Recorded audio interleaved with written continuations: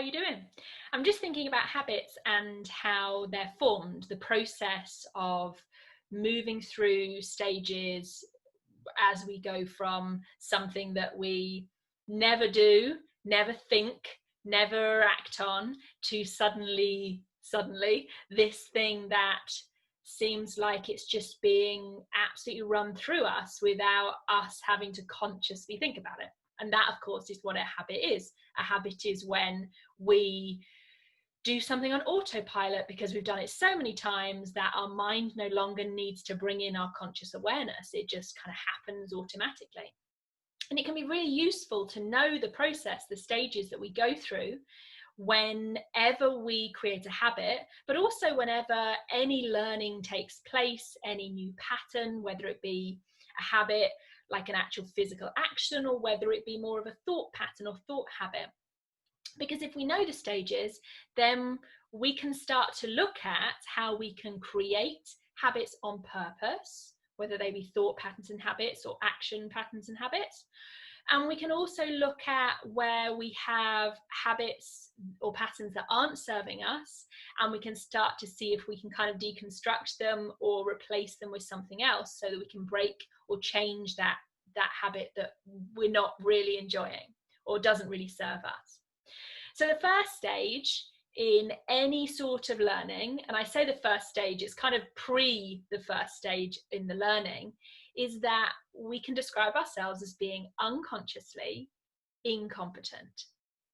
Unconsciously incompetent. So unconscious, meaning we're not aware at all, and incompetent means we just can't do it.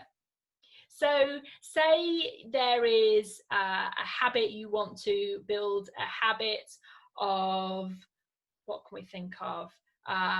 You want to build a habit of some form of exercise. So doing some form of daily or weekly exercise, right? Initially, with anything like that, before you actually even think of doing that or of wanting to do that, the potential benefits of it, you are unconsciously incompetent. So most children are unconsciously incompetent at something like exercise because they don't even think of it as something they have to do on purpose, right? Often with young kids, they're just kind of running around and are exercising, but it's not something they consciously are choosing to do as a form of exercise. So unconsciously incompetent is when we're just not even aware of it. It's not even in our field of vision or focus at all. And of course, as soon as we then start to have that thing in our focus, as soon as we then start to say, actually, this exercising every day, this could be something that would be good for me, or this could be something that I want to put on my radar. As soon as we do that, we become conscious. We move from being unconscious to becoming conscious. And at that point, we still can't do it. So we're still incompetent. We are consciously incompetent. But at least we're conscious. At least we are awake and aware of something that either serves or doesn't serve us. And so, of course, the next step, as you can probably see, is we want to start to build competency. We want to start to get competent, get good, get skilled, start to master this thing that is important to us, like exercising every day, or, riding a bike, or playing the guitar, or dancing, or whatever it is, or even some sort of thought pattern or habit in our minds. We want to get competent at repeating positive affirmations to ourselves. And so we need to then have that conscious competence. We need to come to a point of being consciously competent in whatever the thing or the skill is. And that's a really powerful place to be in, when we are consciously competent. We're wide awake to what we're doing. We're choosing to do it on purpose, so it's not just kind of happening automatically, but we're getting competent in it. We're getting good at it. And what's amazing is that's often the place where people then seem to kind of stop and halt the progress they make when they're building any sort of habit, whether that be a thought habit, a good pattern to get into, or whether it be a physical action habit that we're taking, we get to the point of being consciously competent at it. Maybe not as competent as we'd love to be eventually, but we're consciously competent, and we're having to each day choose to take that action on purpose, do the work, put the time and effort in. And we do that for a while, and then we can often at that point kind of go, oh, I don't know if I can keep doing this. I don't know if I can consciously keep doing this every single day. This seems like a lot of work. What am I getting out of it?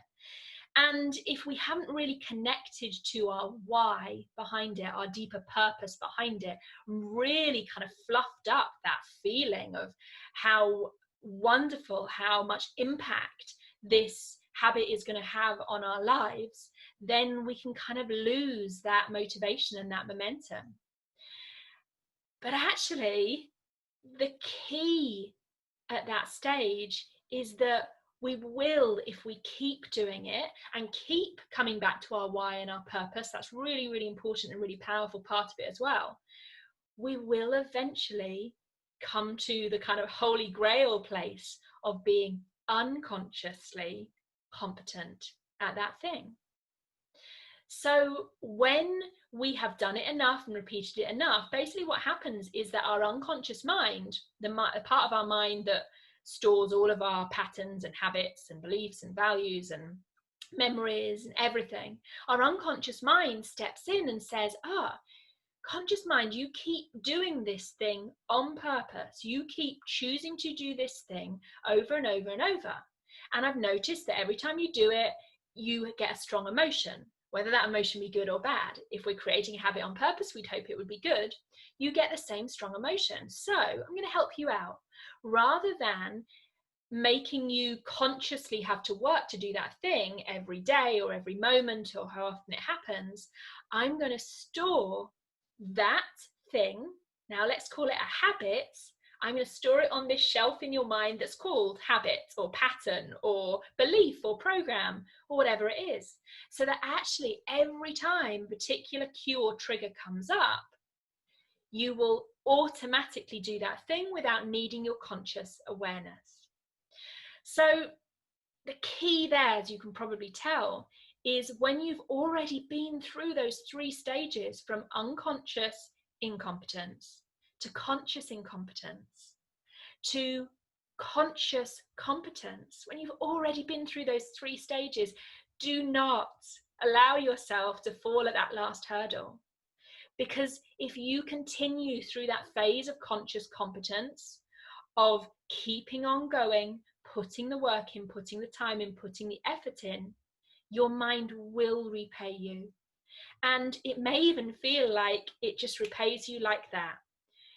You're having to every day put the work in, and then suddenly you just don't have to anymore. Suddenly your unconscious mind is now on board, and that thing is just happening as a natural program and pattern and habit inside you. It's wonderful when we can get to that place, particularly with something, a habit that we have chosen to create on purpose.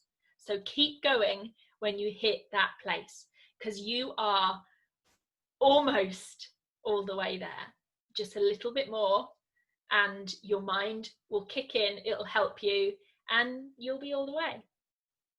Thanks so much for watching my video. Make sure to hit the subscribe button so that you get notified when I create more videos, which I do every couple of weeks.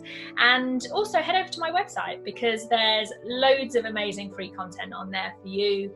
And there is also a fantastic free workshop mini-series at the moment called Living on Purpose, which is all about getting clarity and kind of thinking about your purpose and just having a moment to really get clear on where you're going from a place that's aligned to who you truly are. So check that out on my website. I'll put the details below, and I'll see you again next time. Take care.